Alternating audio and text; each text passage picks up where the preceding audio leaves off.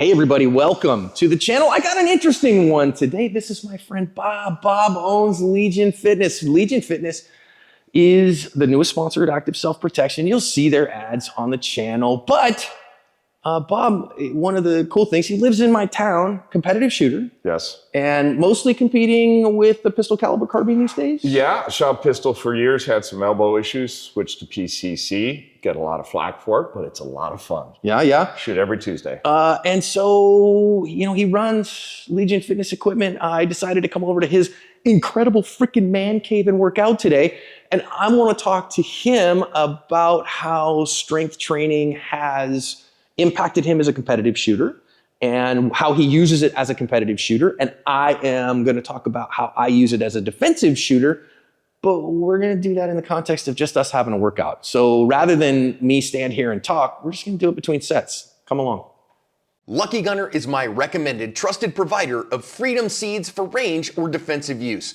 In stock, good prices, and rocket fast shipping are why I go back again and again. Because of new guidelines, I can't link their site or say it, but you're smart and you can find it with a simple Google search. Stick it to the man by paying them a visit today. Everybody's going to ask, Bob, what's your classification in PCC? And I will have to say that I am actually not. Unclassified. I haven't shot the classifiers. So I haven't shot any classifiers for PCC. And I haven't shot a USPSA match since pre-COVID. Oh, wow. Yeah. So, shooting a lot of outlaw steel, is that what you're doing here? I shoot steel every single week.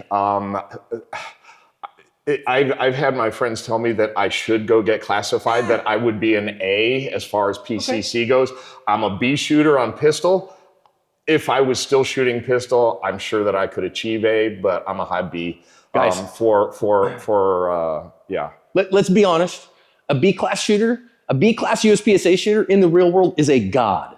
I'm not joking. That's not me being funny. That's like the reality. That's like people who say, well, if you don't have a purple belt in jiu-jitsu, I'm like, dude, a 2-stripe white belt in jiu-jitsu is a god on the street. Like, you literally are.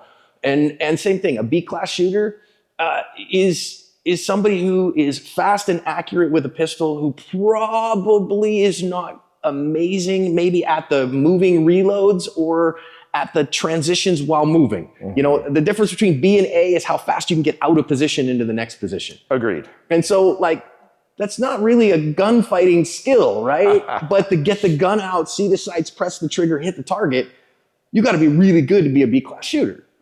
I'll take that. So let's watch what we're doing here. All right, anyways, we're going to lift. Today for me is chest and triceps. So let's talk about how strength affects us as defensive shooters as we've done some of these things, shall we? All right, here we go.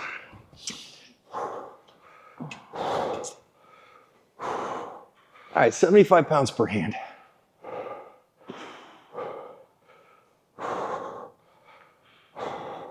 I'm a strong and powerful lifter. I have a beautiful and capable body. I have all the strength that I need. Powerful up and controlled down.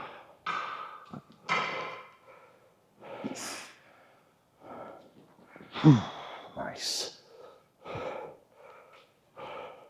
There it is. Man, I really like with these cables because it makes the supporting muscles work too, the stability.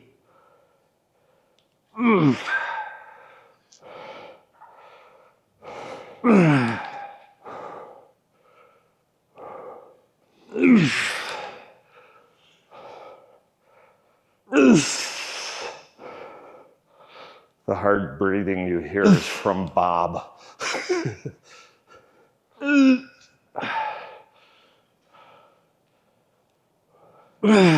2 more.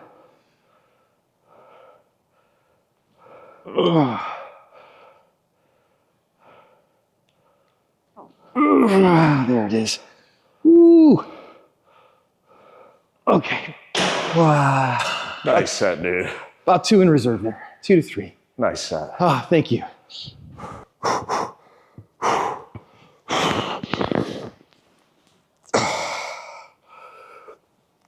You get great stretch doing that with the chest support. Oh, yeah.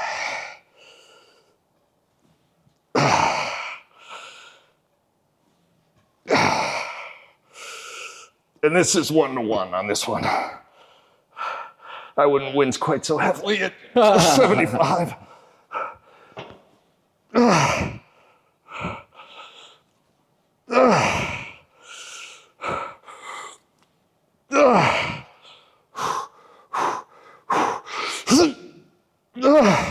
Nice. Big stretch. Slow eccentric like you're going to do another one. There it is. Nice. Okay. So what's your big motivation for working out? Slow the decline of aging. Number one. Man, I hear people all the time, well, you got to be able to kick people's asses, because you're a gun dude. And I'm like, dude, I just want to be useful for my family when I'm old. I'll be 64 in October. And I see other people my age, they're old because they've given up. Yeah. They just slow down. And once you slow down, that's it. Yeah. Once you give up. I'm never going to stop. Once you give up, you give up, Absolutely. So do you think, though, that your strength training has been helping you in your competitive shooting? Without a doubt. Helps with my movement, helps with presenting, not shaking, clarity. Come on, camera. There's Bob. See, he's here. Oh, I love that. The idea of mental clarity. Yes. You think straighter when you're in shape. You do. Yeah. You seriously do. I think, what I think it is? So if I get sciencey and nerdy for a second, I think it's, your cortisol levels go down so much, and that lets you be present. Yes. You're not, because I know when I was 90 pounds heavier, that it just made everything harder. Yes. And so, like, people have asked me about carrying. It hasn't changed a bunch about my carrying because I carried pretty well before. But like, in terms of the shooting side of things, I'm just able to see better. It feels now. My grip strength is so much better. Everything. I mean, it's not one thing. It's everything. But the clarity, the focus, the ability. I mean, when you're transitioning from box A to box B, that movement is a lot more solid. Yeah, You're a lot more confident with the movement. It's athletics, right? Yeah, absolutely. Shocker, it's an athletic. I know, right? Skill. When we started teaching handguns, when we shifted over at ASP from technique to teaching it as an athletic skill, we saw students make significant better strides like that as soon as we started doing that. I would imagine the last year and a half has seen some significant changes for you shooting. Yeah, I mean, it's a weird Not skill thing. level, but Yeah, well, I mean, I've been so focused on other stuff, I haven't been able to practice as much as I would like with my pistol, but my grip strength is significantly improved. So I'm not gripping the pistol harder. I never needed to grip it harder, but it feels easier. sure. Right? I feel like I'm loafing now. I feel like I'm just like, yeah, I've just got the gun out here, but I've got the same level of control with a lot less effort. And so that's wonderful. When you can feel like it's easy and you're still, running the gun at speed and getting the hits that you want, you're like, yeah. And the funny part is that the increase in fitness, I haven't been able to practice my handgun as much because I've been busy with other stuff. I took so many cases this last year, traveling for all that and running the channels and all that. But my abilities, my objective metrics haven't decreased. I'm at like 98, 99% of my kind of peak high. So, then of course you're like, well, John, what if you actually got back to trying like you mean it, you loser? Well, then maybe I'd be really good. Who knows? You know what I mean? But I'll take Do you train with movement? We don't train a bunch with movement. I do a little bit because like I'll go shoot a Wednesday night, like outlaw steel match up in Cowtown or something like that. And so that's kind of what I do, those things. And the reason I don't much like in my dry practice routine is because generally when we see people moving and shooting on the big channel, they're missing. And so that's the reality. Now, again, as a B rising A class shooter, it's being able to shoot on the move that's that different. Sure. And get accurate hits. The dudes that we see get accurate hits while moving are gods. They're absolute gods. And so in the mortal division, we tell people move, then shoot, shoot, then move. Yes. Right? Like stand, deliver, bang, bang, bang, then go. And now, of course, you can't do that in USPSA. You can't do that in competitive shooting because you will lose. That time is bad. I shoot with some GMs on Tuesday, and So fun. and it's so humbling. Yeah. I'm shooting a PCC. I'll finish well out of 200 shooters. Sure. I'm top 10%, but I'll get beat by carry optic shooters, and I'm shooting a rifle. Yeah. So, with that in mind, I think you should come out and shoot a match with us at Tuesday Night Steel. What do you think? I think the problem is I have to drive all the way down here because it's all the way down here at Rio Salado. It's so far in the universe. Are you hearing me make excuses? Excuses. Yeah, you're hearing me make excuses? Yeah, that's what it sounds like. All right. Well, let's make it happen. I know some people I can get you in our squad, the fun squad. The only other thing that I will have to do is maybe wait a week or two until it's not the surface of the sun on a Tuesday afternoon. I'm with you on that one. It's a little toasty in late August. Well, we'll do in October, November. How about that? He's thinking. I like that. All right, last set here. Go for it. At heavies. All right, come on, John. I'm of the mindset, Bob, that if the average person did resistance training 3 times a week, 30 minutes, it'd change their life. Absolutely. Completely change their life. How much resistance training do people do? 0. Literally 0. 0. Literally 0. Yeah. Yeah. And here's the other part. I'm not an exercise scientist, so don't take your advice from me. But from everything that I've read in the primary literature, lift heavy. Now, lift heavy doesn't mean you got to be a certain number. It's lift where it's hard. Yes. You heard Bob working. Okay, this is effort. You saw me on my push-ups going to where it hurts. Going to not hurts like doesn't hurt my joints, but it's my muscles are like no more, exhaustion. thank you. Yeah, till it's too much. Till there's maybe only 1 or 2 reps left, and then call it.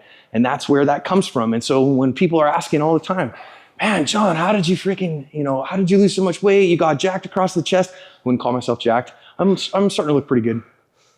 How did I do that? Well, I lift heavy.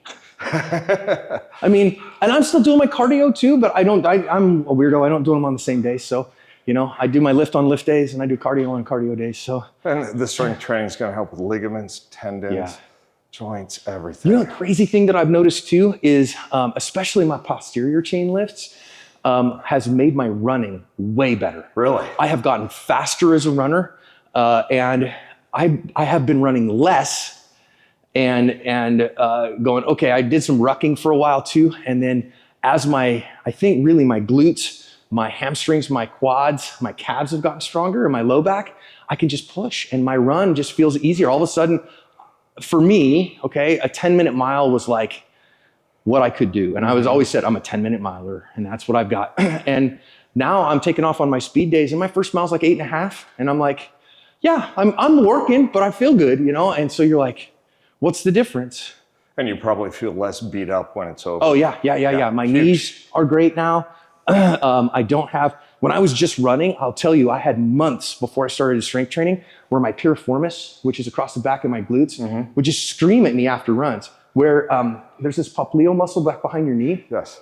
And I'd finish a run and I would limp the rest of the day because that muscle was just freaking out at me. And I haven't had it in months. Strength training. Yeah, resistance training. 100%. Yeah, a thing. Okay, there is a upper day today. Hey, thanks for the motivation, Bob. Oh, thank you for coming out, man. And, I hope you like the equipment. And, dude, the workout was amazing. Equipment is awesome. I think that, man, I was telling him a little bit earlier that if I had equipment like this, if I had a man cave like this, I'd never leave the house. I mean it, which you guys can't see off camera. There's a really cool media center and a reloading bench. And good grief, man, it's amazing stuff. And I'm good. blessed. Good equipment. If you're in the market for equipment, go check them out for sure. Neil and Stephanie have been using this equipment.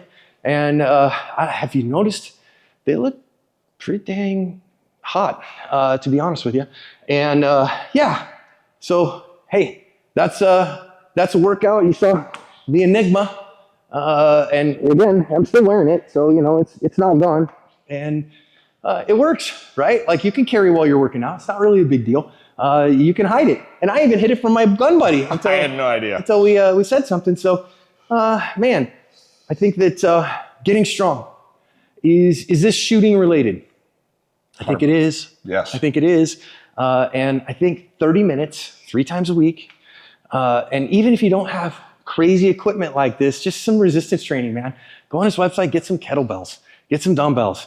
Get those delivered, and the stuff all comes with free shipping, right? Sure does. Yeah. So it's my friend, right? And I wanted you guys to meet Bob too, because I want you to understand when we accept a sponsor at Active Self Protection, it has to be a product we believe in.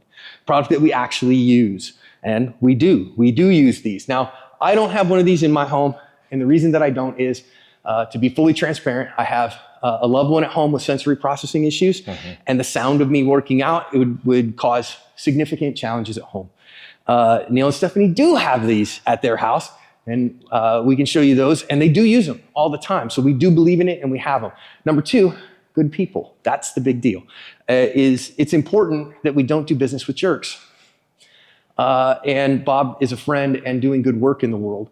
And number three, Bob understands the shooting sports. He understands concealed carry. He understands the Second Amendment. He's in the same boat we are with that stuff. So yeah, go check him out. Hey, thanks for the workout today, Bob. Thank you very much.